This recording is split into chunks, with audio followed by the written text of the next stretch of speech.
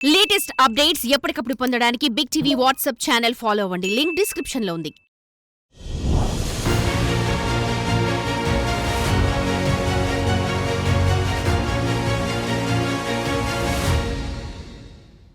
Welcome to big TV. Nandamuri Taraka Ramarao సతీమణి YSRCP leader లక్ష్మీపార్తి గారు మనతో ఉన్నారు. అమ్మ నమస్తే. నమస్తే అయ్యా, బాగున్నారా? బాగున్నాను. ఎలా ఉన్నారు? మీరు ఎలా ఉన్నారు? ఆరోగ్యం ఎలా ఉంది? బాగుంది. అంటే మీరు చాలా రోజుల నుంచి నాకు కాంటాక్ట్లో ఉన్నా మీతో మాట్లాడుతూనే ఉన్నా కానీ బట్ ఇంటర్వ్యూ ఇవ్వటం లేట్ అయింది. కానీ మంచి పేరు వస్తూ ఉంది బిగ్ టీవీ, వింటున్నాను నేను. థ్యాంక్ యూ అమ్మ. ముందుగా అసలు వైఎస్ఆర్సీపీ పార్టీలో మీకు సభ్యత్వం ఉందా లేదా? ఉంది బాబు. నేను ఫస్ట్ 2000 ధర్మాన ప్రసాదరావు గారు జాయిన్ అయ్యారు, మీకు గుర్తుందా? శ్రీకాకుళంలో అదే రోజు జాయిన్ అయ్యాను నేను పార్టీలో. అప్పటికి నా పార్టీ అయిపోయింది. ఎన్టీఆర్ టీడీపీ కదా నా పార్టీ, సింహం గుర్తు. అయితే ఆ పార్టీ దానికి సరైనటువంటి ఓటింగ్ లేకపోవటం వల్ల రద్దు చేసింది ఎలక్షన్ కమిషన్. రద్దు చేయడంతో నాకేంటంటే ఒక సోర్స్ కావాలి కదా. నా ఫైటింగ్ 30 ఏళ్ళ నుంచి నేను పోరాడుతూనే ఉన్నాను కదా, ఈ ప్రజా వ్యతిరేక శక్తుల మీద, అప్రజాస్వామ్య శక్తుల మీద నా పోరాటం కంటిన్యూ జరుగుతూనే ఉంది. అందుకోసం నాకు డయాస్ కావాలి. అలాగే నాలాగే ఆ అబ్బాయి కూడా పాపం కష్టాల్లో ఉన్నారు, జగన్. నాకు కొడుకులాగా అనిపించింది. అందువల్ల నేను జాయిన్ అవుతానని చెప్పాను. సరే అమ్మా అని చెప్పారు. అక్కడ ధర్మాన ప్రసాదరావు గారు అక్కడ శ్రీకాకుళంలో నేను ఆయన జాయిన్ అయిపోయా. నాకు జనరల్ సెక్రటరీ పోస్ట్ కూడా ఇచ్చారు. అమ్మ, నందమూరి తారక రామారావు ఆశయాలకి అంటే దూరంగా ఉండి ఒక రాజకీయ పార్టీగా కాంగ్రెస్ని ఆ రోజున చూసాం. అంటే ఆ పార్టీకి ముఖ్యమంత్రిగా ఉన్న వైఎస్ రాజశేఖర రెడ్డి, ఆయన తనయుడిగా జగన్మోహన్ రెడ్డి, ఆయన వైఎస్ఆర్సీపీ పార్టీ పెట్టిన తర్వాత అంటే క్వైట్ ఆపోజిటివ్గా ఉండే ఒక సిద్ధాంతపరంగా ఎన్టీఆర్తో పోల్చితే అటువంటి పార్టీలో మీరు చేరారు. ఎందుకు అంత అంటే నేడుతుంది జగన్ పైన అంత ప్రేమ ఎందుకు మీకు? ఇక్కడ మీరు ఒకటి మర్చిపోతున్నారు, ఇది జగన్ పట్ల ప్రేమ కాదయ్యా, జగన్ పట్ల ఒక సానుభూతి. అప్పుడు అటు తండ్రిని కోల్పోయి తర్వాత సొంత పార్టీయే అతను నానా ఇబ్బందులు పెట్టి అతను మంచి కోసం, వాళ్ళ నాన్నగారి కోసం చనిపోయిన వాళ్ళ కోసం వెళతాను ఓదార్పు యాత్ర కంటే అధిష్టానం వ్యతిరేకించింది. అసలు వెళ్ళటానికి వీలు లేదని కక్షగట్టినట్టు చేశారు. ఒక చిన్న బాబు, అప్పుడు ఎంతో పెద్ద వయసు కాదు, ఆయన వయసు 39 ఏళ్ళు ఎంతో. ఆ చిన్న అబ్బాయి మీద అంత కక్షపూరితంగా అధిష్టానం వ్యవహరించడం మంచిది కాదనిపించింది. పైగా అతని కోరిక సమంజసం కూడా కదా. తండ్రి కోసం చనిపోయిన వాళ్ళ ఇంటికి పోయి పలకరించడం అనేది అది కనీస ధర్మం కనుక అతను తన ధర్మాన్ని నెరవేర్చాలనుకున్నప్పుడు ఆ అధిష్టానమే వాళ్ళు సరిగ్గా వ్యవహరించలేదు. అప్పుడే నాకు జాలి కలిగింది. ఇక వస్తే అతను కాంగ్రెస్ పార్టీ కాదు, సోనియా గాంధీ గారు రమ్మన్నప్పుడు కూడా నేను కాంగ్రెస్ పార్టీలోకి వెళ్ళలేదు. వైఎస్ అన్న కూడా నన్ను ఒకసారి వచ్చి జాయిన్ అవ్వమ్మ, ఇక్కడ ఆసిఫ్ నగర్ సీట్ ఇస్తా అన్నారు. నాగేంద్ర అప్పుడు వెళ్ళిపోయారు తెలుగుదేశంలోకి. వెళ్ళిపోయినప్పుడు రామ్మ అన్నారు, నేను రానన్నాను. ఇది నా సిద్ధాంతం. నా పార్టీ ఉన్నంత వరకు నేను ఎక్కడికి పోలేదు. అలాగే ఈ పార్టీ కూడా కాంగ్రెస్ పార్టీ కాదు, కాంగ్రెస్కు వ్యతిరేకంగా అతను వైఎస్ఆర్ కాంగ్రెస్ పార్టీ ఏర్పాటు చేశారు. అది మర్చిపోకూడదు మనం. అతను కాంగ్రెస్కి వ్యతిరేకంగా పోరాడుతున్నాడా, కాంగ్రెస్లో కలిసి పోరాడుతున్నాడా? కాంగ్రెస్లో కలుపుకుంది ఎవరు? టీడీపీ అధ్యక్షుడిగా ఉండి టీడీపీ పార్టీ నుంచే ముఖ్యమంత్రిగా పనిచేస్తూ కాంగ్రెస్తో కుమ్మక్కై తెలంగాణలో పొత్తు పెట్టుకుంది ఎవరు? చంద్రబాబు నాయుడు గారు కదా. అలాగే ఎన్టీఆర్ గారు కుమార్తె అయ్యి ఉండి ఆయన చనిపోగానే కాంగ్రెస్ పార్టీలో చేరింది ఎవరు? పురంధరేశ్వరి కదా. కాంగ్రెస్ పార్టీ నుంచి ఆమె 2 సార్లు మంత్రి పదవి పొంది ఆ పార్టీ ఓడిపోగానే మళ్ళీ వచ్చి బీజేపీలో చేరింది ఎవరు? పురంధరేశ్వరి కదా. వాళ్ళకంటే నేను నీతిగానే ఉన్నానుగా. ఒక మంచి పార్టీ, ఒక మంచి వ్యక్తిని నేను సపోర్ట్ చేస్తున్నానుగా. ఇద్దరం కూడా ఆశయాల కోసం పోరాడుతున్నాం. మాకు ఇక్కడ పర్సనల్ స్వార్థం ఏమీ లేదు. నాకు కేవలం నా భర్త ఆశయాలు నిలబెట్టడం కోసం నాకు కాలంబన కావాలి, నాకు డయాస్ కావాలి. దానికోసం నేను జగన్మోహన్ రెడ్డి గారి పార్టీలోకి వెళ్ళాను. అలాగే ఆయన తన తండ్రి ఆశయాలు నిలబెట్టడం కోసం ఆయన పోరాటం చేస్తూ ఉన్నారు. ఇద్దరం ఒకే రకమైన కష్టాల్లోనే ఉన్నాం కనుకనే చేరాను నేను. ఒక విద్యావంతురాలుగా మీరున్నారు. అంటే ఆ సినిమా ఇండస్ట్రీకి సంబంధించి కానీ రాజకీయాలకు సంబంధించి కానీ ఎలాంటి పరిచయం లేకుండా ఉండే వ్యక్తిగా మీరు ఎన్టీఆర్ని వివాహం చేసుకున్నారు. అంటే నట విఖ్యాత ఒక మహానటుడిని పెళ్లి చేసుకున్న తర్వాత నిజంగా లక్ష్మీపార్వతి అనే ఆవిడ లాభపడిందా, నష్టపడిందా? మంచి ప్రశ్న. ఇప్పుడు లాభ నష్టాలు బేరీజు వేసుకోవటం అనేది అంత మంచిది కాదని నా ఉద్దేశం. ఎందుకంటే పర్సనల్గా నా జీవితాన్ని నేను కోల్పోవచ్చు, కానీ ఒక అంతటి మహానుభావుడు ఇల్లాలవటం అంటే ఎన్ని జన్మల పుణ్యం అది. అందరికీ సాధ్యమవుతుందా ఆయన భార్య స్థానం రావటం అనేది? అంత స్థానం పొందాను కనుక తర్వాత వచ్చిన కష్టాలన్నింటినీ కూడా నేను దాటగలిగాను చెప్పాలి అంటే. పర్సనల్ లైఫ్ అంతా పోయింది నాకు, నిజం. అసలు అది ఆలోచించడానికి వదిలేసాను దాని గురించి. అందువల్ల నా లక్ష్యం ఒక్కటే, ఆయనకు అన్యాయం జరిగింది ఆ రోజు నా కళ్ళారా చూశాను. అందువలన జరిగిన అన్యాయాన్ని ఆయన వీడియోల ద్వారా ఆడియోల ద్వారా లోకానికి చెప్పారు. అయినా సరే వీళ్ళు ఇంకా బుకాయిస్తూ లక్ష్మీపార్వతిని దోషిగా నిలబెడుతూ అబద్ధాలతోనే కాలక్షేపం చేస్తున్నారు. అంతటి మహానుభావునికి జరిగిన అన్యాయానికి ఆయన భారీగా పోరాటం నా లక్ష్యం అనుకున్నా, ధర్మం అనుకున్నా. నేను అట్లాగే నిలబడి పోరాడుతూనే ఉన్నాను. నిజంగానే మీరు ఆ దశలో పోరాడారు అంటే అందరూ లక్ష్మీపార్వతిని టార్గెట్ చేశారు. అంటే ఆయనకి ఎన్టీఆర్కి వచ్చిన కష్టానికి కానీ మిగతా అంశాలు కానీ లక్ష్మీపార్వతి కారణం అనేది చూపించారు. ఈ ఎన్ని సందర్భాల్లో ఒక్కసారైనా ఈయన పెళ్లి చేసుకోకుండా ఉంటే బాగుండేది అని అనిపించిందా మీకు ఎప్పుడైనా? ఎప్పుడు అనిపించదు. ఎందుకంటే నా భర్త ఎప్పుడైనా నా పట్ల తేడాగా చూస్తే కదా. ఇప్పుడు బయట నుంచి వీళ్ళు వేసే నిందలో లేకపోతే వీళ్ళు పెట్టే కష్టాలకో వీళ్ళ ఇబ్బందులకో నేను అనుకొని ఎన్టీఆర్ని పెళ్లి చేసుకున్నందువల్ల నా జీవితం పాడైపోయిందని అనుకుంటే నేను ఎన్టీఆర్కి తగిన భార్యనే కాదు. ఎందుకంటే కష్టాలు ఆయన పడ్డారు జీవితంలో, నాతో పాటు ఆయన పడలేదా? పెళ్ళికి ముందు పడలేదా? పెళ్ళి తర్వాత పడలేదా? ఆయన పాపం చివరికి అధికారం కూడా పోగొట్టుకోలేదా? అలాంటిది ఆయన అన్ని కష్టాలు పడితే నేను పడకూడదా ఆయన కోసం? ఒక్కటే అయ్యా, ఇక్కడ అనుబంధం అనేది అందరికీ అర్థం కానిది. అది ఆ భార్యాభర్తల బంధం ఏంటో మేమిద్దరం నిజంగా ఒక ఆదర్శంగానే చూపించాము. ఎన్ని కష్టాలు ఎదురైనా ఇద్దరం ఒకే మాట మీద నిలబడ్డాము, ఒకే బాటలో సాగిపోయాము. అందుకే లాస్ట్ మినిట్ వరకు ఆయన నన్ను విడిచిపెట్టలేదు. నా భార్య మహాతల్లి, నా భార్య నాకు ఒక తల్లిలాగా అన్నం తినిపించిందని చెప్పి చివరి వరకు ఆయన చెప్పుకునేట్టుగానే నేను ప్రవర్తించాను. వీళ్ళు ఎన్ని రకాలు మాట్లాడినా కూడా ఏనాడైనా ఎన్టీఆర్ నన్ను ఒక్క మాట అన్నారా? నాకు దూరంగా జరిగారా? లేదు కదా. చేసిన అన్యాయం చేసినటువంటి వాళ్ళ మీదే ఆయన దండెత్తారు. అది గమనించాలి ఇక్కడ. నేను ఎప్పుడు అనుకోలేదు, ఇప్పుడు కూడా నేను ఆయన కోసమే నిలబడ్డాను కదా. నేను ఇంకొక మార్గం చూసానా? లేదు కదా.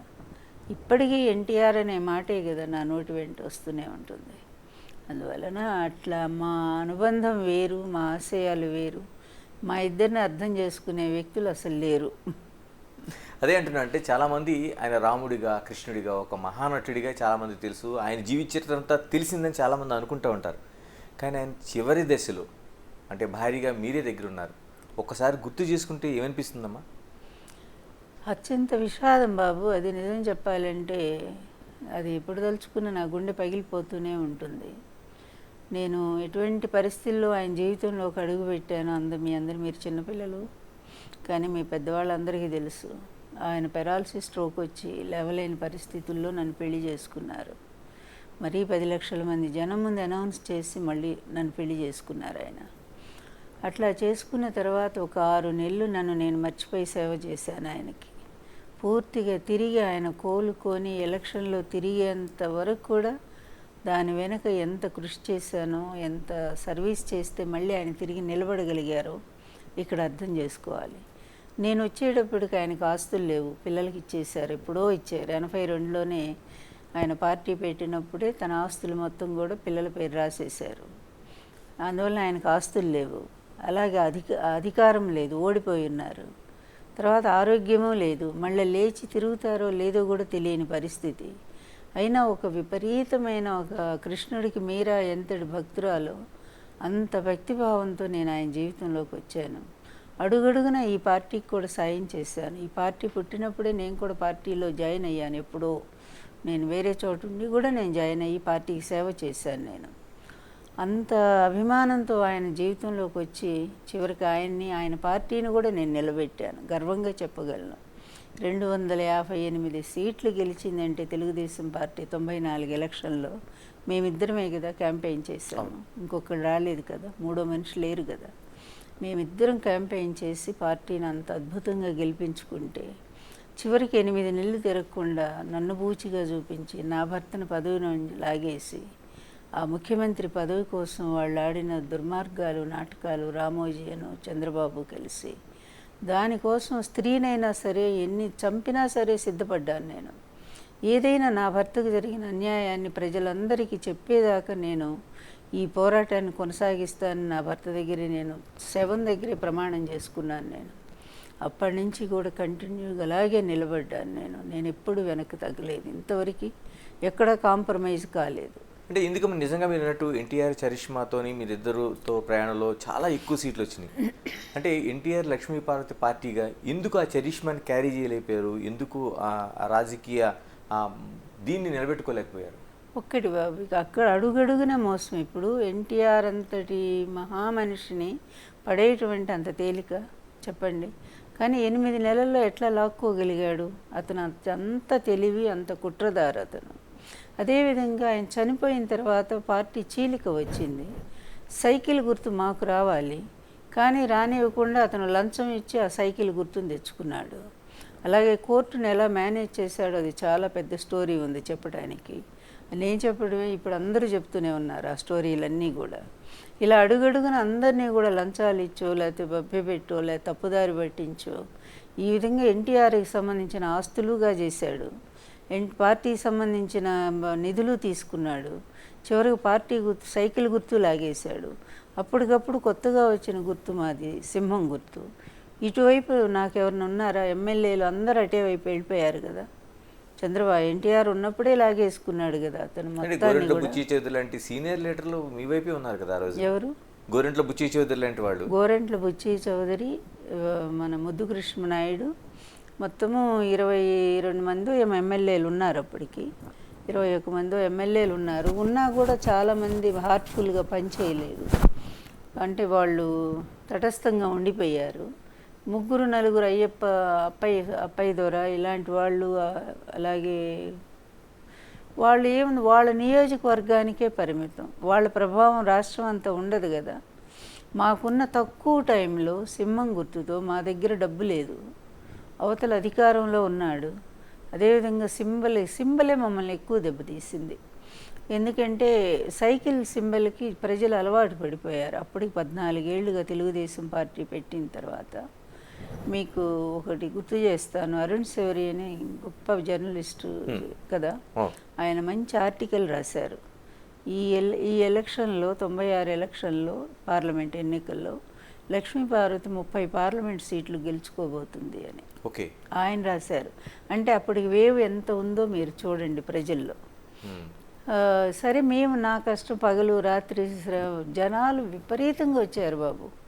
ఇప్పుడు జగన్కి ఎట్లా వస్తున్నారో, ఫస్ట్లో ఎన్టీఆర్ గారికి ఎలా వచ్చారో, నా టైంలో కూడా 96లో చూడండి, పగలు రాత్రి తేడా లేకుండా లక్షల జనం రోడ్ల పక్కన. నేను ఎంతవరకు అడ్రస్ చేయగలిగానో అన్ని ఓట్లు పడిపోయినాయి. ప్రతి నియోజకవర్గం 1,00,000 ఓట్లు వచ్చినాయి. నాకు కూడా దాదాపు 13% ఓట్లు అంటే చూడండి. అప్పట్లోనే ఏమీ లేకుండా, గుర్తు లేదు, ఏమి లేదు. తర్వాత పార్టీ ఎందుకు ఓడిపోయిందని చెప్పి సర్వే వచ్చింది ఢిల్లీ నుంచి. సర్వే వచ్చి ఖమ్మము ఇట్లాంటి ప్రాంతాల్లో వాళ్ళు సర్వే చేస్తే వాళ్ళు ఏం చెప్పారంటే, మేము లక్ష్మీపార్వతమ్మకి ఓటేసామన్నారు. ఓటేసి అది ఎట్లా, ఏ గుర్తుకు వేసారు అంటే సైకిల్ గుర్తుకు వేసాము. అంటే అక్కడ కూడా మోసం చేశారులే వీళ్ళు. నా వెనకే సైకిల్ని పంపించి మా ప్రచారం వెనకే సైకిల్ గుర్తు పెట్టేవాళ్ళు. జనానికి ఎలా ఉంటుంది, ఈ సింహం ఎక్కల సైకిలే ఈమెదే అనుకున్నారు. వాళ్ళు చెప్పింది కూడా ఈ ఎట్లా లాజిక్ బాగానే ఉంది. భర్త గుర్తు భార్యకి వస్తుంది కదా, అట్లా వేసామని అది ఢిల్లీ సర్వేనే రాశారు. ఆ విధంగా మేము నష్టపోయాం తప్ప నా మీద ప్రజలకు అభిమానం లేక కాదు. చదువుకున్న వాళ్ళు, తెలిసిన వాళ్ళు చక్కగా సింహం గుర్తు మీద ఓటేశారు. కన్ఫ్యూజన్లో 40 లక్షల ఓట్లు పోయినాయి నాకు. అదే అసెంబ్లీ అయితే మాకు బాగుండేది. ఒకేసారి పార్లమెంట్ రావడంతో దెబ్బతిన్నాం. ఎందుకని చాలా వరకు అంటే ఆ రోజున ఎన్టీఆర్ వివాహం కావచ్చు, లేకపోతే మీ ప్రవేశం కావచ్చు, చాలామంది జీవితాల్లో అలాంటి పెళ్ళిళ్ళు కావచ్చు జరగడం అనేది అనివార్యంగా జరిగినాయి చాలా చోట్ల.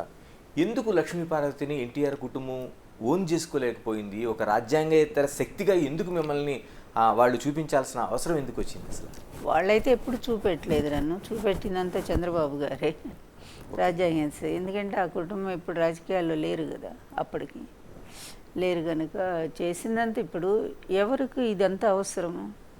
నన్ను ఎంతగా చెడుగా చూపిస్తే వాళ్ళకి అంత మేలు జరుగుతుంది కదా. అది ఎందుకోసం అనేది సెప్టెంబర్ 1 చంద్రబాబు ప్రమాణ స్వీకారంతో తెలిసిపోయింది ప్రజలందరికీ కూడా. ఓకే. అందువల్ల ఏంటంటే ఇప్పుడు ఆ కుటుంబం ఎందుకు ఓన్ చేసుకోలేదంటే మరి నాకు తెలియదు. ఎన్టీఆర్ గారు ఫస్ట్ వాళ్ళందరినీ కూర్చోబెట్టి చెప్పారు, 2 సార్లు మీటింగ్ పెట్టి నేను ఆమెను పెళ్లి చేసుకుంటున్నాను అన్నారు. తర్వాత మా పవర్ వచ్చిన తర్వాత కుటుంబం దాదాపు ఒకళ్ళిద్దరు తప్ప అందరూ కలిసిపోయాం. అందరూ వచ్చారు. మొదటి నుంచి బాలకృష్ణ మాతో బాగున్నాడు, లాస్ట్ అబ్బాయి జయశంకర్ మాతోనే ఉన్నాడు. ఇంకా పవర్ వచ్చిన తర్వాత పెద్ద కొడుకు మాతోనే ఉన్నాడు, తర్వాత 2, 3 అందరూ మాతోనే ఉన్నారు. కోడళ్ళు పిల్లలు అందరూ వాళ్ళ ఇళ్ళకి మేము పోవటం, మా ఇళ్ళకి రావటం అంతా బాగానే. ఎప్పుడైతే ఇతను ఈ కుట్ర ప్రారంభించాడో కుటుంబాన్ని దూరం చేశాడు. ముఖ్యంగా అతని భార్య ఉంది కదా భువనేశ్వరి, అలాగే పురంధరేశ్వరి, వీళ్ళకి జలస్సు. నాకు అంత పేరు వచ్చింది. ఎన్టీఆర్ మా పవర్ వచ్చాక అక్కడ పడ్డ లక్ష్మీపార్వతి అనే పేరే వినిపిస్తూ ఉంది. ఆమె వల్లే ఇంత పవర్ వచ్చింది, అదృష్ట దేవత అంటూ పార్టీ కూడా పొగట్టం మొదలుపెట్టారు. సరే, సహజంగానే ఉండొచ్చు కుటుంబంలో, నేను దాన్ని కూడా తప్పుపట్టట్లేదు. కానీ ఒక ఈర్ష్య ద్వేషాలు పతాక స్థాయికి చేరినప్పుడు పర్యవసానం ఎలా ఉంటుందంటే ఒక దేవుడు లాంటి తండ్రిని కోల్పోయారనే జ్ఞానం వాళ్ళకి ఇప్పటికి కూడా కలక్కపోవటం అనేది దురదృష్టం. అంటే మీరు ఆ కుటుంబంలో కలిసిపోయే ప్రయత్నం చేశారు. తర్వాత బసవతారకం గారి పేరుతోని ఉండే ఆసుపత్రికి ఆ పునాది దగ్గర నుంచి మొట్టమొదటి మీరు ఆ చైర్పర్సన్గా మీరు ఉండటం దగ్గర నుంచి అనేక కార్యక్రమాలు చేశాను. అని ఎందుకని అంటే ఎక్కడ మీ ఈ 2 కుటుంబాల మధ్య ఆ కెమిస్ట్రీ ఎందుకు దూరం అయిందని? అది కొంతమంది వ్యక్తులు పనిగట్టుకొని దూరంగా పెట్టించారు కదా బాబు, తెలుస్తుంది కదా. ఇప్పుడు అధికారం వచ్చాక ఒకళ్ళిద్దరు హరికృష్ణని పూర్తిగా వాళ్ళు అధీనంలో పెట్టుకున్నారు. అదేవిధంగా ఈ ఆడపిల్లలు ఇద్దరు కూడా బాగా నా మీద కక్షగట్టున్నారు. ఫస్ట్ నుంచి వాళ్ళు ఎప్పుడు నాతో పలకలేదు, మొదటి నుంచి పలకలే, ఎందుకు నాకు తెలియదు. కానీ చంద్రబాబు మాటలు నమ్మటం వల్ల ఈ నష్టం అంతా కూడా జరిగింది. తర్వాత హరికృష్ణ తెలుసుకున్నాడు కదా, తెలుసుకొని తిట్టాడు కదా, వాళ్ళ బావని తిట్టాడు, వేరే పార్టీ పెట్టుకున్నాడు కదా. ఇప్పుడు ఆయన పిల్లలు కూడా వాళ్ళతో మాట్లాడారు కదా, మరి అది వాళ్ళు కూడా అర్థం చేసుకున్నారు. అంటే హరికృష్ణ గారి దగ్గర నుంచి ఇప్పుడు జూనియర్ ఎన్టీఆర్ వరకు ఆ గ్యాప్ ఉందంటారు. అలా అట్లాగే జరుగుతుంది, గ్యాప్ వస్తూనే ఉంది వాళ్ళ మధ్య. నాకు వాళ్ళ చంద్రబాబుకి ఎట్లుందో ఇప్పుడు అలాగే వాళ్ళకి అతనికి కూడా అలాగే ఉంది. ఏ కార్యక్రమాన్ని వాళ్ళు పోవట్లేదు కదా. అంటే మధ్యలో కొంతకాలం జూనియర్ ఎన్టీఆర్ వెళ్ళారు కదా, ప్రచారం చేశారు. మధ్యలో వేరు, మధ్యలో అప్పుడు హరికృష్ణ వాళ్ళతో బాగున్నాడేమో ఆ టైంలో, నాకు తెలియదు. వెళ్ళాడు. ఆ తర్వాత అతను కూడా దూరం పెట్టాడు. ఎందుకంటే ఆ పిల్లాడు బాగా మాట్లాడతాడు, మంచి గ్లామర్ ఉంది, తాతగారి పోలికలు ఉన్నాయి అనేది ప్రజల్లో ఒక టాక్ వచ్చింది. దాంతో మళ్ళీ ఎక్కడ తన కొడుకు అడ్డుపడతాడు అని చెప్పి మళ్ళీ అతన్ని పక్కన పెట్టారు. చంద్రబాబు రాజకీయం తెలిసిన వాళ్ళు ఎవరైనా ఇవేం పెద్ద విషయంగా మాట్లాడుకోరు నాకు తెలిసి. ఎంత అవసరమో వాళ్ళని అంతవరకు వాడుకోవటం, ఆ తర్వాత వదిలేయటం అనేది అతను నైజం. అంటే అప్పటి నుంచి ఇప్పటి వరకు, అంటే ఆ రోజు వైస్రాయ్ హోటల్లో జరిగిన ఘటన దగ్గర నుంచి ఈ రోజు జరిగిన మహాకూటమి ఎన్నికల వరకు మీరు చంద్రబాబు నాయుడు చేస్తున్న దాన్ని ఆయన విమర్శిస్తూనే ఉన్నారు, ఆయన ప్రతి చర్యను కూడా ఎండగడుతూనే ఉన్నారు. ఇన్ని ప్రయత్నాలు చేసిన తర్వాత కూడా ఈరోజు మహాకూటమి అధికారంలో ఉంది, చంద్రబాబు నాయుడు ముఖ్యమంత్రిగా కొనసాగుతున్నారు. అంటే నేను అడిగేది స్ట్రైట్గా, లక్ష్మీపార్వతి గారి మాటలని ఎందుకు ప్రజలు విశ్వసించడం లేదు? అంటే అది రీచ్ అవ్వట్లేదా? ఎక్కడ లోపం ఉంది? ఒక్కటి బాబు, ప్రజలు విన్నా కూడా రాజకీయాలు వేరు, ఎలక్షన్స్ ఇంకా వేరు. ఎలక్షన్ టైంలో ఎవరు ఎక్కువగా ప్రజలను నమ్మించగలుగుతారో వాళ్ళకు ఓట్లు వేయటం అనేది ఈ ప్రజలకు పరిపాటి అయిపోయింది. అది అమాయకత్వం కావచ్చు, లేకపోతే అత్యాశ కూడా కావచ్చు. అందువల్లనే వాళ్ళు ఈ కూటమి కూడా ఎలక్షన్స్ ముందు అతిగా నమ్మించారు కదా. సూపర్ 6లని, సూపర్ 7లని, అలాగే పెన్షన్ 4,000, 20,000 నిరుద్యోగులకి ఒకటి కాదు చాలా ఉన్నాయి కదా. ఇదంతా కూడా నిజమని నమ్మి ఉండొచ్చు. నాకైతే నేను మాత్రం ఆ ఎన్నికలు సజావుగా జరిగినాయని నేను విశ్వసించడం లేదు. ఎలన్ మస్క్ అభిప్రాయాలతో నేను ఏకీభవిస్తున్నాను. ఎందుకంటే మొన్న 100% ఈవీఎంలో మోసం జరిగింది.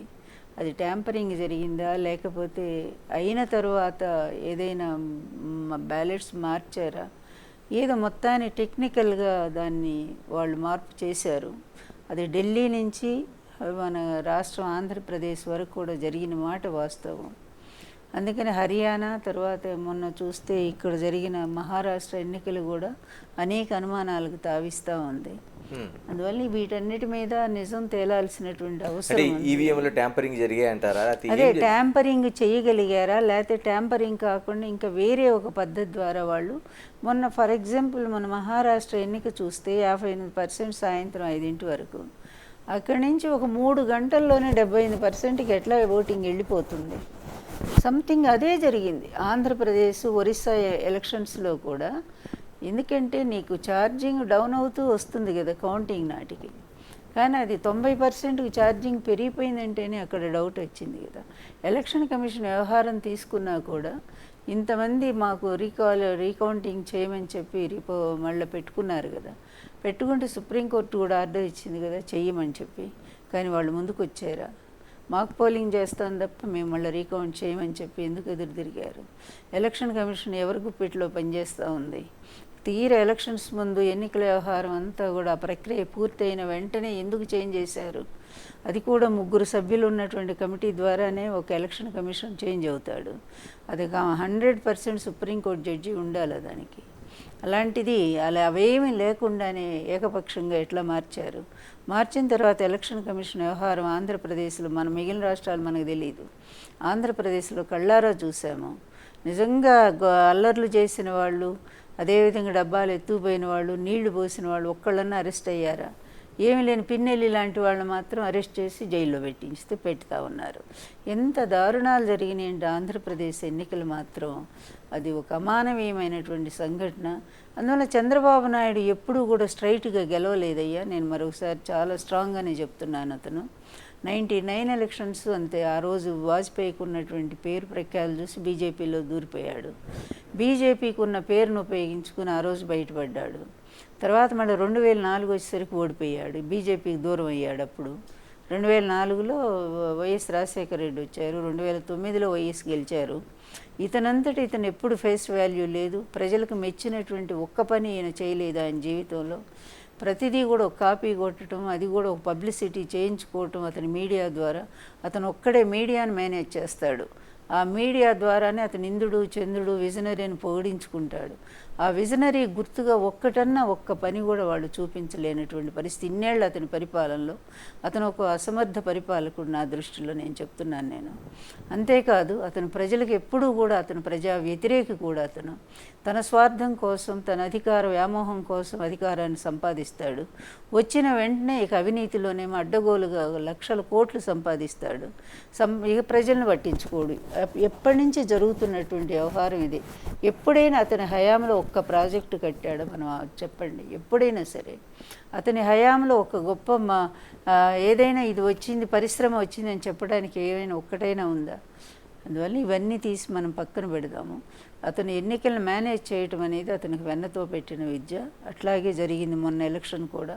సజావుగా జరగలేదు. But I can't believe that elections YSRCP party కావచ్చు, లేదా లక్ష్మీ పార్టీ ఇలాంటి వాళ్ళు కావచ్చు, 151 స్థానాలు వైసీపీకి వచ్చినప్పుడు ఈ ఏదైతే ట్యాంపరింగ్ లేకపోతే ఈవీఎంలు మాట్లాడలేనప్పుడు ఇప్పుడు దాన్ని చెప్తే ప్రజలు దాన్ని వినగలుగుతారా? ఏం కాదు, మీరు ప్రజల్ని అడిగి చూడండి. మీరు ఎవరినైనా ప్రజల దగ్గరికి వెళ్ళి అడిగి చూడండి, మోసం జరిగిందని చెప్తారు. ఒక్కటే 151 సీట్లు, అది నిజంగా ప్రజాస్వామ్యబద్ధంగా.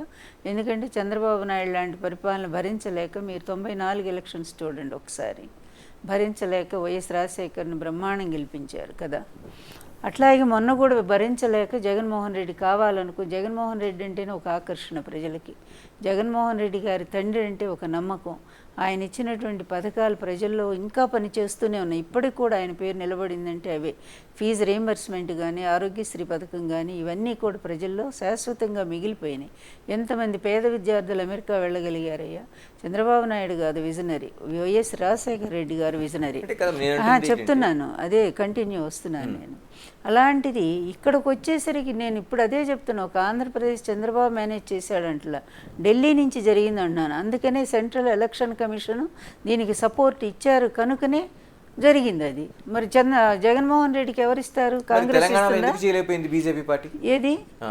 చేయరా? ఇక్కడ రేవంత్ రెడ్డి విజయాన్ని ఎందుకు అడ్డుకోలేకపోయారు? కాంగ్రెస్ విజయాన్ని ఎందుకు అడ్డుకోలేకపోయారు? మీరు గమ్మత్ చూడండి, అక్కడ జార్ఖండ్ జరిగింది, ఇక్కడ మహారాష్ట్ర జరిగింది. జార్ఖండ్ వదిలేశారు, అంతకుముందు జమ్మూ కాశ్మీర్ జరిగింది, హర్యానా జరిగింది.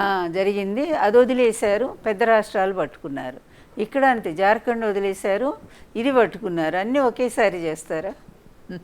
ఒరిస్సా, ఆంధ్ర గురి పెట్టుకున్నారు, వాళ్ళకి చాలు. ఈ 2 రాష్ట్రాల్లో వచ్చే సీట్లు కరెక్ట్ సరిపోయినాయా లేవా? వస్తాయి బాబు. ఇప్పుడు కరణ్ సింగ్ మొన్ననే కదా మన పరకాల ప్రభాకర్ కరణ్ సింగ్ గారు మాట్లాడుకుని మీరు చూసుంటారు కదా, వాళ్ళు చాలా డేటా ప్రకారంగా మొత్తం క్లియర్గా ఇచ్చారు కదా. ఒక 3 గంటల్లో ఓటింగ్ వెయ్యాలి అంటే అంతమంది 18% మంది ఓటేయాలంటే ఎన్ని గంటలు ఎన్ని రోజుల్లో పడతాయి. అందువల్ల వస్తాయి బాబు నిజాలు. అంటే ఎలా భవిష్యత్తులో జరిగే ఎన్నికలు ఈవీఎం లేకుండా జరగాలంటారా? ఎస్, 100%. ఈరోజు దేశవ్యాప్తంగా ప్రధాన ప్రతిపక్షాలన్నీ కూడా కోరుకుంటుంది ఏంటంటే మళ్ళీ కూడా బ్యాలెట్ పద్ధతి రావాల్సిందే, అమెరికాలో లాగా. అమెరికానే కాదు, యూరోప్ కంట్రీస్ కానీ చాలా దేశాలు బ్యాలెట్ పద్ధతినే పోతున్నాయి. ఎందుకంటే వాళ్ళకి ఈ టెక్నాలజీ మీద నమ్మకం లేదు. ఎక్కడైనా సరే దీన్ని మార్పు చేసుకోవడానికి అవకాశం ఉంటుంది, ఎవడైనా ఎక్స్పర్ట్ ఉంటే చాలు దాన్ని చేసుకోవచ్చు కదా అనేది. ఎందుకు ఇతనే ఉన్నాడు కదా, టీడీపీలో హరిప్రసాద్ చౌదరి ఉన్నాడు కదా, వేమూరి హరిప్రసాద్. అతను పాట్నాలో ఒక ఈవీఎం దొంగిలించి అతను చేసి చూపించాడు కదా ట్యాంపరింగ్, అప్పుడు అరెస్ట్ అయ్యాడులే కదా. మరి అంటే అతనికే సాధ్యమైనప్పుడు ఇంకా ఎక్స్పర్ట్స్ సాధ్యం కదా. అంటే ఇప్పుడు మీరు చెప్తున్న మాటలు లక్ష్మీపార్తి గారికే పరిమితమా, లేకపోతే పార్టీ స్టాండ్ అయింది అంటే వచ్చే ఎన్నికల్లోన ఈవీఎంలతో ఎలక్షన్స్ ఉండవు అనేది? ఉండవు అని కాదు, వద్దని పార్టీ కూడా అదే కదా, మాకు ఇది కావాల్సిందే అని చెప్పి బ్యాలెట్ పద్ధతి కావాలని జగన్మోహన్ రెడ్డి గారు కూడా చెప్పారు కదా, అయితే బాగుంటుంది అనేది. జగన్ గారికి సంబంధించి ఒక మాజీ ముఖ్యమంత్రిగా ఇప్పుడు షర్మిలతో ఆస్తుల వివాదం అనేది అతిపెద్ద చర్చ జరుగుతుంది. అంటే ఎన్నికల్లో గెలుపు ఓటమిని పక్కన పెట్టి మరీ ఒక చర్చ జరుగుతుంది. అంటే ఎలా చూడాల్సిన అవసరం ఉంది? అంటే చెల్లెలికి ఆస్తి పంపకంలో అడ్డుపడుతున్న అన్న ఈ రాష్ట్రానికి ప్రజలకి ముందుకొచ్చి ఏం చేయగలుగుతాడనే ప్రశ్నకు పార్టీ నుంచి కానీ మీ నుంచి కానీ ఎలాంటి సమాధానం ఉంటుంది? నన్ను అడిగితే అసలు వ్యక్తిగతమైనటువంటి వివరాలు మాట్లాడటమే తప్పు కదా. అది వాళ్ళ ఇంటికి సంబంధించిన విషయం. అదేమైనా ప్రజల ఆస్తి లేకపోతే ప్రభుత్వ ఆస్తి? ఈ ప్రభుత్వ ఆస్తి ప్రజలకి ఏమైనా చేయట్లేదు, న్యాయం చేయట్లేదు అంటానికి. అది వాళ్ళ తండ్రి గారు సంపాదించిందో లేకపోతే అబ్బాయి కష్టపడి సంపాదించుకున్న ఆస్తి వ్యవహారాల్లో వాళ్ళ కుటుంబానికి సంబంధించిన అంశాన్ని తెర మీదకు తీసుకురావటమే ఇక్కడ వీళ్ళ ఫూలిష్నెస్. నిజం చెప్పాలండి, చంద్రబాబు నాయుడు గారు అతను పార్టీ చేస్తుంది, పోనీ ఈయన కుటుంబంలో నేను వాళ్ళ అత్తనే కదా, మరి నన్ను ఎందుకు అర్ధరాత్రి పూట ఎందుకు ఇంటి నుంచి పంపించారు? ఆ రోజు మాట్లాడారు మరి ఈయన. అదేంటి తప్పు కదా, ఎన్టీఆర్ గారి భార్య కదా, మీకు ఇష్టం ఉన్నా లేకపోయినా అర్ధరాత్రి ఎలా పంపిస్తారు? పోనీ నాకు రావాల్సిన ఆస్తులు ఏమైనా సరిగ్గా నాకు ఇచ్చారా? మరి దాని మీద ఏమైనా నిలబడ్డాడా ఈయన? ఎవరికి ఈయన న్యాయం చేశాడని చెప్పి ఈయన కుటుంబంలోనే అసలు సొంత మామతోనే ఆయనకు అన్ని పేచీలు ఉన్నప్పుడు, సొంత మామ ఉండేటువంటి పార్టీ డబ్బంతా లాక్కున్నప్పుడు ఈయనకు ఆ న్యాయం చెప్పే హక్కు ఈయనకు ఉంటుందా? జగన్ గారి గురించి ఆయన కుటుంబ తగువుల గురించి మాట్లాడే నైతిక హక్కు ఈ పార్టీ వాళ్ళకు ఉందా అసలు? చెప్పండి. ముందు ఆయన కుటుంబంలో ఆయన మామకి ఏం చేశాడో చెప్పమనండి. అది అంత ద్రోహం చేసి ఆయన ఆస్తులు లాక్కున్నప్పుడు వీళ్ళెవరు మాట్లాడలేదే? మీకెందుకయ్యా అసలు? జగన్ గారి సొంత చెల్లెలు, ఆయనకు సంబంధించిన వ్యవహారం మీకెందుకు? దాన్ని కూడా తీసుకొచ్చి బయట అదో పెద్ద రాజకీయ అంశంలాగా మాట్లాడుతూ ఆ అమ్మాయిని ట్రాప్లో పెట్టి ఆ అమ్మాయి చేత ఇష్టం వచ్చినట్టు తిట్టిస్తూ ఎంత నీచంగా ఉందంటే ఇది ఇంతకంటే డర్టీ పాలిటిక్స్ ఇంకెక్కడా ఉండదు చరిత్రలో. అంటే ఒక మహిళగా అయినా మీరు, అంటే మీ మహిళగా మీరు ఆ పోరాటం తెలుసు, ఆస్తుల కోసం ఎవరైనా అడ్డుపడితే ఏ విధంగా ఉంటుందో తెలుసు. అంటే మీరైనా ఒక మహిళగా ఆలోచించి ఎప్పుడైనా జగన్మోహన్ రెడ్డి గారితో మాట్లాడే ప్రయత్నం చేశారు? ఎందుకయ్యా, ఆయన రాష్ట్రంలో ఉండే లాస్ట్ పేదవాళ్ళ వరకు కూడా న్యాయం చేసిన మనిషి జగన్మోహన్ రెడ్డి గారికి ఎవ్వరూ చెప్పాల్సిన అవసరం లేదు. చంద్రబాబు లాంటి వాళ్ళు అసలు ఆ అవకాశమే లేదు. ఇంకా చంద్రబాబే నేర్చుకోవాలి, ఆయన దగ్గర చాలా నేర్చుకోవాలి. అట్లాంటి గొప్ప సంస్కారి జగన్మోహన్ రెడ్డి గారు. మేము చూస్తున్నాం, 10 ఏళ్ల నుంచి చూస్తున్నాము. ఎవ్వరు ఆకలితో కూడా బాధపడకూడదు, పేద వర్గాలు అందరూ సంతోషంగా ఉండాలని 2,70,000 కోట్ల రూపాయలు పంపిణీ చేసిన వ్యక్తి సొంత చెల్లికి అన్యాయం చేస్తాడంటే నమ్మాలా? వీళ్ళు చెప్తే నమ్మాలా?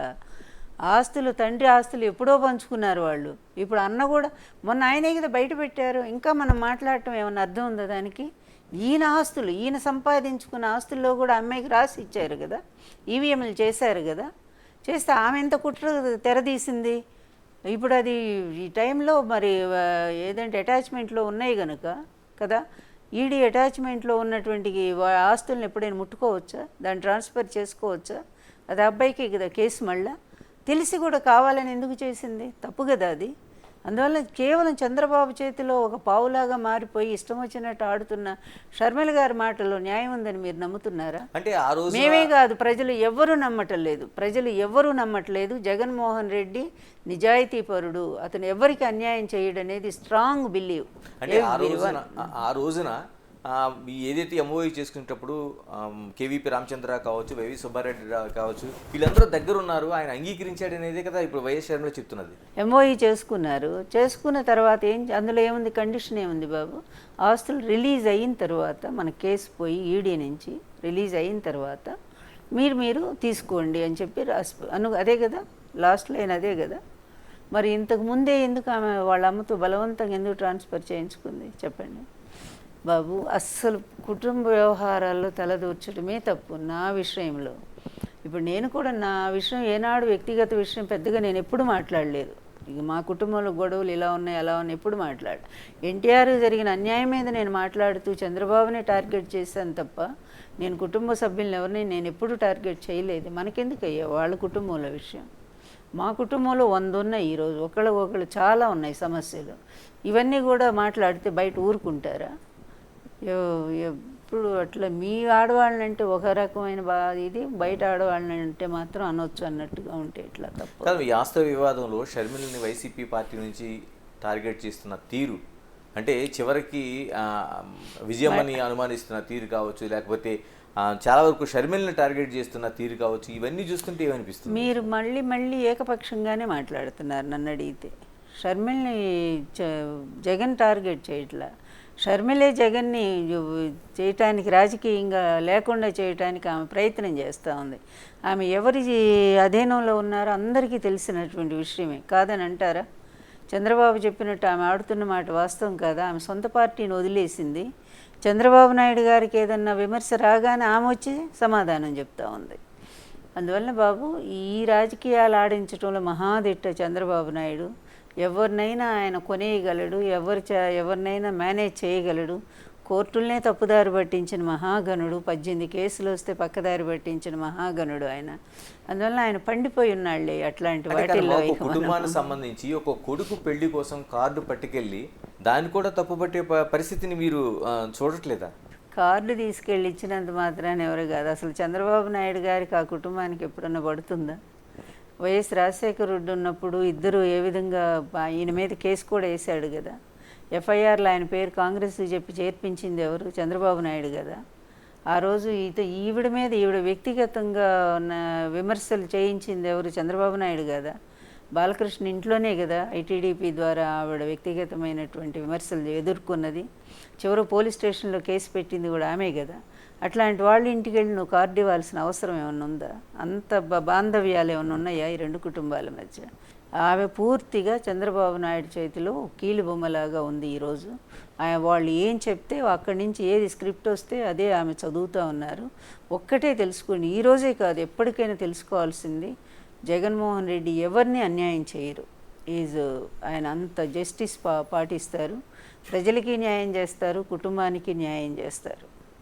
సూటిగా చెప్పండి, నిజంగా మీకు కావాల్సింది తెలుగుదేశం పార్టీ పతనమా లేకపోతే చంద్రబాబు నాయుడు నాశనమా? తెలుగుదేశం పార్టీ నాశనం అవ్వాలని నేను ఎప్పుడూ చెప్పలేదు బాబు. కానీ ఇలాంటి వాడి చేతిలో ఆ పార్టీ పూర్తి గౌరవాన్ని కోల్పోయింది. ఎక్కడి ఎన్టీఆర్, ఎక్కడి తెలుగుదేశం పార్టీ? నేషనల్ వైడ్గా దేశవ్యాప్తంగా తెలుగుదేశం అంటే కూడా అంత గౌరవం, ఆ జెండా అంత రెపరెపలాడింది. అట్లాంటి పార్టీని తీసుకొచ్చి ఈరోజు స్కాములు, అదేవిధంగా ప్రతి పార్టీ వాకిట్లో పెట్టాడు. కాంగ్రెస్ పార్టీ కాళ్ళ దగ్గర కూడా తీసుకెళ్ళి ఆ పార్టీని పెట్టాడు. చివరికి అంతా కూడా దగాకోర్లు, అందులో దోపిడీదారులు. ఆ పార్టీలు ఏముంది చెప్పుకోవటానికి? విలువలు ఏమైనా ఉన్నాయా తెలుగుదేశం పార్టీ? అందువల్ల పార్టీని నేనేమంటా, పార్టీని దిగజార్చింది చంద్రబాబు. ఆ వ్యక్తి తొలగితే ఎవరైనా మంచి వ్యక్తి వస్తే ఆ పార్టీ బాగుపడుతుంది. అంటే పార్టీ నుంచి దేనికైనా సిద్ధం అని చెప్తున్న చాలామంది నాయకులు ఈ రోజున ఒకరికొకరుగా జారిపోతున్నారు. కొందరేమో పరారవుతున్నారు, మమ్మల్ని క్షమించమని అడుగుతున్నారు. అంటే ఈ పరిస్థితిని పార్టీ ఎలా జీర్ణించుకుంటుందమ్మా అసలు? ఏంది బాబు ఇవన్నీ కామన్, తెలియంది ఏముంది రాజకీయాల్లో, పవర్ పాలిటిక్స్ కదా. ఇదే చంద్రబాబు నాయుడు ఇక్కడ అలిపిరి ఘట్టంలో దెబ్బతిన్నప్పుడు వెళ్ళి దేవేంద్ర గౌడ్ ఆయన కుర్చీ మీదే కూర్చున్నాడు ఏకంగా, ఇంకా ఆయన లేచి రాళ్లే అని చెప్పి. అలాగే ప్రజారాజ్యం పార్టీ పెట్టాక ఎంతమంది తెలుగుదేశం వాళ్ళు జాయిన్ అయిపోయారు అప్పుడు చెప్పండి కదా. చిరంజీవి గారు, ఈ జ్యోతుల అప్పారావు, నెహ్రూ లాంటి వాళ్ళు వెళ్ళిపోయారు, సీనియర్స్ చాలామంది వెళ్ళి జాయిన్ అయిపోయారు కదా. అట్లాగే రాజశేఖర రెడ్డి గారు కాంగ్రెస్ బాగా బలంగా ఉండి ఆయన ముఖ్యమంత్రి అయినప్పుడు అసలు పార్టీ మొత్తం పోయేది ఆ టైంలో, చాలామంది పోయారు అప్పుడు కూడా. అందువల్ల ఇదంతా కామన్. అయినా పార్టీ గెలిచిందా లేదా? అందువల్ల ఇవి ఎప్పుడూ కూడా ఈ దూకుడు వాళ్ళ వల్ల పార్టీ నిలబడుతుందంటే ఎవరు నమ్మరు. అది చేసిన మంచి ఎన్టీఆర్ని ఇప్పటికి ఎందుకు మంచి చెప్పుకుంటాం మనం? ఎవరు ఉన్నా లేకపోయినా సరే ప్రజలు ఓట్లు వేస్తారు, మళ్ళీ తెచ్చుకుంటారు వాళ్ళకి కావాల్సిన నాయకుడిని. జగన్ కూడా అదే బాటలో ఉన్నాడు. నాకు తెలిసి ప్రజలకు మంచి చేసినటువంటి నాయకుల్లో జగన్ కూడా ఒకడు. ఎన్టీఆర్ గారి తర్వాత వైఎస్ రాజశేఖర రెడ్డి, మళ్ళీ ఈరోజు జగన్మోహన్ రెడ్డి. ఎందుకంటే స్పష్టంగా కళ్ళకు ఎదురుగా కనిపిస్తున్న సత్యాలు ఇవన్నీ కూడా, మనమే మభ్యపెట్టి మాయ మాటలు చెప్పడం లేదు. అందువల్ల ఆ విధంగా అట్లాంటి నాయకుడిని ప్రజలు ఎప్పుడూ కూడా దూరం చేసుకోరు. ఈ నాయకుల గోడ దూకుడు వాళ్ళంతా కూడా పోతారు వస్తారు. మళ్ళీ ఎప్పటికప్పుడు ఆయన అన్నట్టుగా ఎప్పుడు ప్రజల్లో నుంచి మంచి నాయకులు వస్తారయ్యా, దానికోసమే. అంటే 11 సీట్లతో వచ్చే ఎన్నికల వరకు నడవడం సాధ్యమే అంటారా? ఈ సీట్లు అసలు లేనటువంటి హర్యానా కాంగ్రెస్ పార్టీ 14 ఏళ్ల తర్వాత అధికారానికి వచ్చిందా లేదా? ఏమీ లేదు, ఒక్క సీటు కూడా గెలవలేదు వాళ్ళు అస్సలు. అలాగే అన్నీ పోయిందనుకున్నటువంటి కాంగ్రెస్ పార్టీ మళ్ళీ మెల్లగా ఒక్కోటి గెలుచుకుంటుందా లేదా? నేను చెప్పాను కదా, పునాదులు ఎక్కడ కదులుతాయి? పునాదులు ఉంటాయి, సీట్లదేముంది? సీట్లు ఇప్పుడు కొద్దిగా రావచ్చు, అది మోసంతో వచ్చింది అనేది అందరికీ తెలిసిన విషయమే. అందువల్ల ప్రజాభిమానం ఆయనకి విపరీతంగా. మొన్న పిఠాపురం వెళ్ళారు, మొన్ననే కదా వెళ్ళారు, ఒక నెల క్రితం అనుకుంటా. వెళితే నీకు ఆ జనం క్లియర్ అవ్వటానికి 2 రోజులు పట్టిందే. ఎవరిని పిలిస్తే ఎవరు మీరు అన్నట్టు నాయకులు వెళ్ళిపోయారు కదా, మరి అంత జనాలు ఎక్కడి నుంచి వస్తున్నారు? ఎవరికి వస్తున్నారు అంత జనాలు? 2 రోజులు పట్టింది అక్కడ క్లియర్ అవటానికి. ఏమీ జనం లక్షలు ఎగబడి వచ్చేసారు. అది లీడర్షిప్ అంటే. That is the leader of nation. ఎలా ఇప్పుడు సోషల్ మీడియా వారియర్స్గా గతంలో ఉన్న వాళ్ళపైన నమోదవుతున్న కేసులు కావచ్చు, గతంలో జరిగిన దాడులు కావచ్చు, కేసులన్నీ తిరగదొడుతున్నారు, కేసులు నమోదవుతున్నాయి. ఎలా ఇవన్నీ కూడా చీప్ పాలిటిక్స్. అదంతా లోకేష్ రాజకీయం ఇలాగే ఉంటుంది. లోకేషే ఒక లీడర్ కాదు. అతనికి తెలిసిన విద్య ఏంటంటే కక్ష సాధింపు. ఈ విధమైన దానివల్ల అతను ఇంకా కూడా లీడర్ క్వాలిటీ పోగొట్టుకుంటున్నాడు. ఎందుకైనా భవిష్యత్తులో మంచి నాయకుడిగా ఎదగాలనుకునే వాళ్ళు ప్రజలను అందరినీ మంచి చేసుకోవాలి, దగ్గరికి భయపెట్టి ఎప్పుడు ఎవరు ఏం చేయలేరు. భయపెట్టడం అనేది తాత్కాలికం. అది ఇట్లా భయపెట్టి ఊచకోత కోసినటువంటి హిట్లర్ చివరికి దిక్కులేని చావు తెచ్చాడు భూగర్భంలో. అందువలన ఈరోజు లోకేష్ రాజ్యాంగం అక్కడ నడుస్తూ ఉంది ఆంధ్రప్రదేశ్లో. కక్షగడి ఎప్పుడో 20 ఏళ్ల నాడు పెట్టింది కూడా తీసుకొచ్చి వాళ్ళని అరెస్టులు చేయిస్తూ ఉంటే అసలు కక్షపూరితమైంది. ఈ గవర్నమెంట్ ఏర్పడక ముందు నుంచి ఎంతమంది వైకాపా కార్యకర్తలను చంపేశారు, ఎంతమంది ఆస్తులను లూటీ చేశారు, ఎంతమందిని ఆత్మహత్యకు ప్రేరేపించారు, ఎన్ని అవమానాలు చేశారు, ఎన్ని మానభంగాలు జరుగుతున్నాయి రాష్ట్రంలో.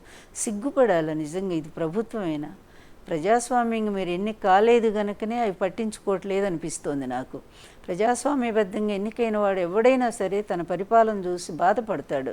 అయ్యో, నా పరిపాలనలో నాకు ఓటేసి గెలిపించిన ఈ ప్రజలకి ఇంత అన్యాయాలు జరుగుతుంటే ఎట్లా భరించడం ఎట్లా అని పోలీసులకు మంచిగా వార్నింగ్ ఇచ్చి వాళ్ళని లా అండ్ ఆర్డర్ ప్రాబ్లం లేకుండా తయారు చేస్తారు. కానీ పోలీసులనే law and order problem create చేయిస్తూ ఉంటే ఇంకేం గవర్నమెంట్ అయ్యా? ఎవరైనా న్యాయం ఆలోచిద్దాం. ఇక్కడ పార్టీలు కాదు, మరొకటి కాదు, ఏ ప్రభుత్వం ఉన్నా సరే అతి దారుణంగా ఉంది ఆంధ్రప్రదేశ్ పరిస్థితి. ఈరోజు ఇచ్చిన హామీలు పక్కకు పోయినాయి.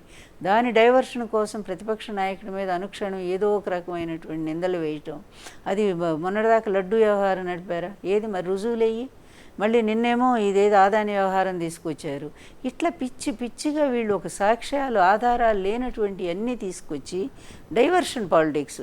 వాళ్ళని ఇప్పుడు ప్రజలు ఏమి చేయట్లేదని అనుకోకుండా ఈ విధంగా ప్రతిపక్ష నాయకుడి మీద బురద చల్లటం ప్రతిసారి కూడా. ఇది మొదటి నుంచి చంద్రబాబు నాయుడు గారికి ఉన్న అలవాటే. ఈరోజు అంతే, రాష్ట్రం నిజంగా సిగ్గుపడాలి. చిన్న పిల్లల మీద అత్యాచారాలు జరుగుతున్నాయి. ఎన్ని జరుగుతున్నాయంటే ఇప్పుడు వచ్చాక దాదాపు మాకు తెలిసి 361 మంది అత్యాచారానికి గురయ్యారు ఆంధ్ర రాష్ట్రంలో. 6 నెలలు కాలేదు వీళ్ళ పరిపాలన. ఇదేనా ఈ పరిపాలన అంటే? మంచి పరిపాలన అందించి శాశ్వతంగా చరిత్రలో మిగలాలని లేదా? కనీసం ఆ తెలుగుదేశం పార్టీ పెద్ద ఆయన స్థాపించాడు కదా, ఆ పార్టీ పేరైనా నిలబెట్టాలని అనుకోవద్దా అసలు? నీ కొడుకు ఏం చెప్తే ఆడొక పిచ్చాడు నిజం చెప్పాలంటే. పాపం ఎందుకంటే ఆ అబ్బాయికి మొదటి నుంచి ఇమ్మెచ్యూర్ మాకు తెలుసు కనుక చెప్తున్నాను నేను. లోకేష్ అతనికి ఏ విధమైన పరిజ్ఞానం లేనటువంటి వ్యక్తి. అతన్ని నువ్వు చేయటం కోసం, ప్రమోట్ చేయటం కోసం అతన్ని ఈ విధంగా అతనికి ఇష్టం వచ్చినట్టు నువ్వు వదిలేసావు. ఇంత అనుభవం ఉన్నటువంటి నువ్వు అట్లా అతని మీద వదిలేస్తే ఎలా ఉందో పరిపాలన ఒక్కసారి నువ్వు బయటికి వెళ్ళి చూడు. నీ వాళ్ళని ఎవరిని పంపించి, నిజమైన వాళ్ళని పంపించి కనుక్కో. నీ పచ్చ మీడియా కాదు. అంటే ఈ రోజు రాష్ట్రాన్ని నడుపుతుంటే లోకేష్ అనే ఒక ఇది తీసుకొస్తున్నారు. 100% రెడ్ బుక్ రాజ్యాంగం నడుస్తుంది లోకేష్ వల్ల. అది చంద్రబాబు నాయుడు గతంలో చేయలేదు. అది కేవలం లోకేష్ వచ్చాకే జరుగుతూ ఉంది. ఇది ఈ కక్ష సాధింపులు ఏంటంటే ఒకళ్ళ మీద 10-20 కేసులా? ఏమిటి అసలు ఇంత దారుణం? ఇప్పుడు సోషల్ మీడియా మీ మీద పెడితేనేమో కేసులు, మాకు వాక్ స్వాతంత్ర్యం లేదా అని కోర్టుకు పోతారు. మరి వాళ్ళకి లేదా వాక్ స్వాతంత్ర్యం? అరే పరిపాలన బాగాలేదన్నా కూడా వాడి మీద కూడా అరెస్ట్. అంటే ఇంత బలవంతంగా నోళ్లు మోయించి మీ మంచి అని అనిపించుకోవడం సాధ్యమైద్దా? మరి ఓటర్లను ఎలా సాటిస్ఫై చేస్తారు మీరు? మంచితోనే కదా చెయ్యాలి వాళ్ళని.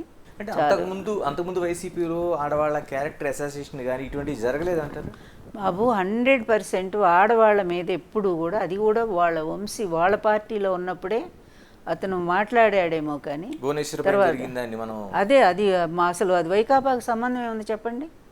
ఎవరన్నా అన్నారా వైకాపాలో ఆమెను గురించి ఒక్క మాట మాట్లాడారా? వైకాపా చాలా డిగ్నిఫైడ్గా వ్యవహరించింది. దిశ చట్టం తీసుకొచ్చింది. 2 కోట్ల మంది దిశ యాప్ని వాళ్ళు డౌన్లోడ్ చేసుకున్నారు.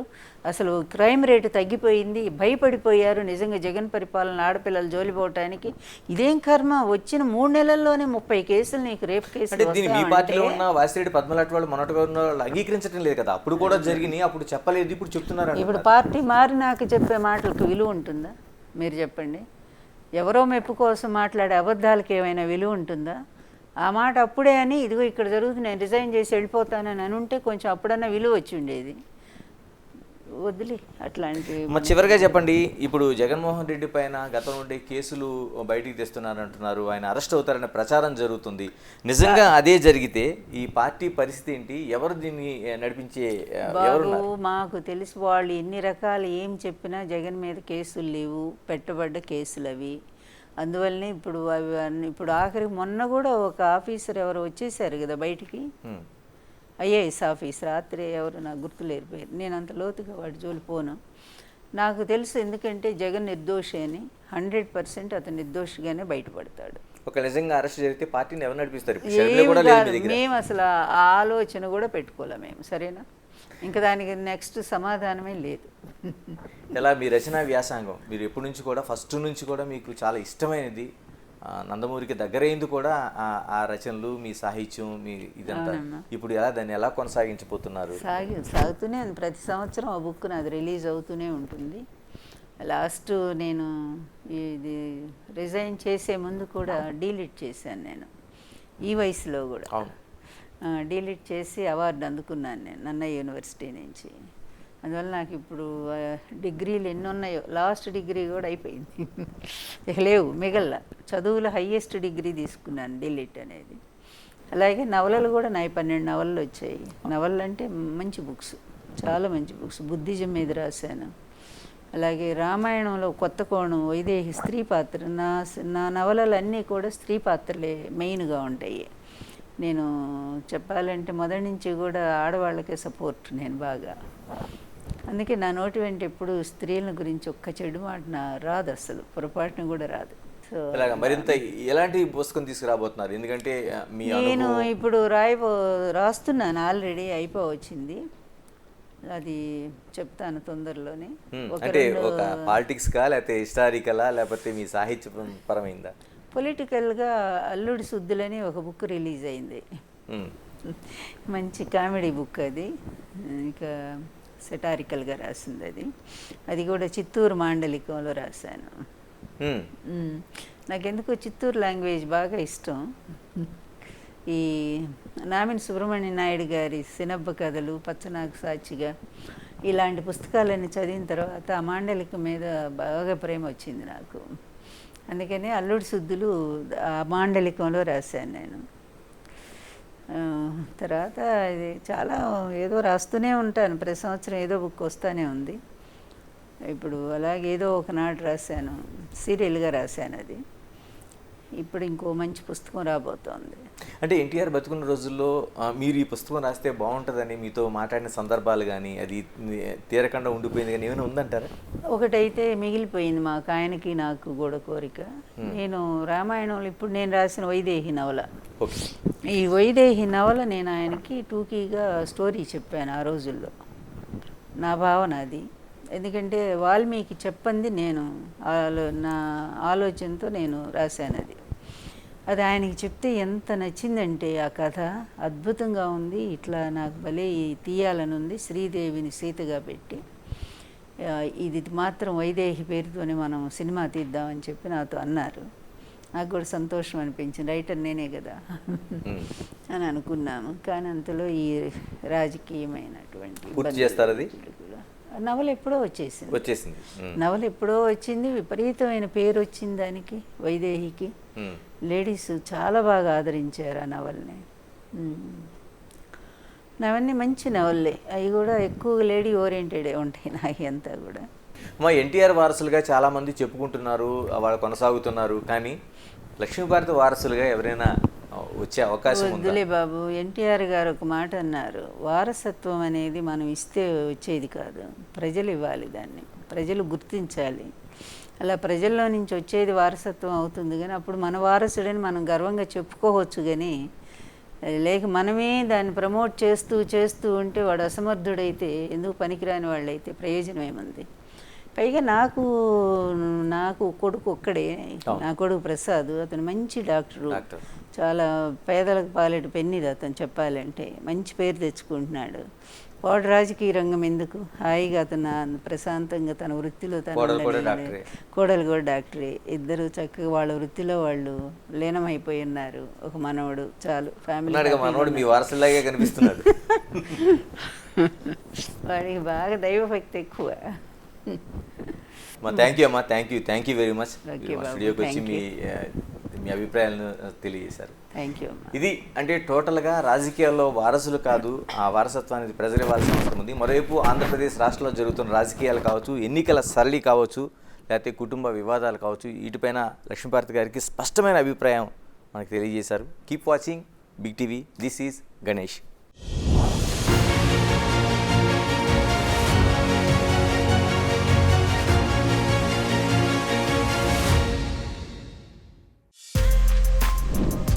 For more videos like this, subscribe Big TV channel.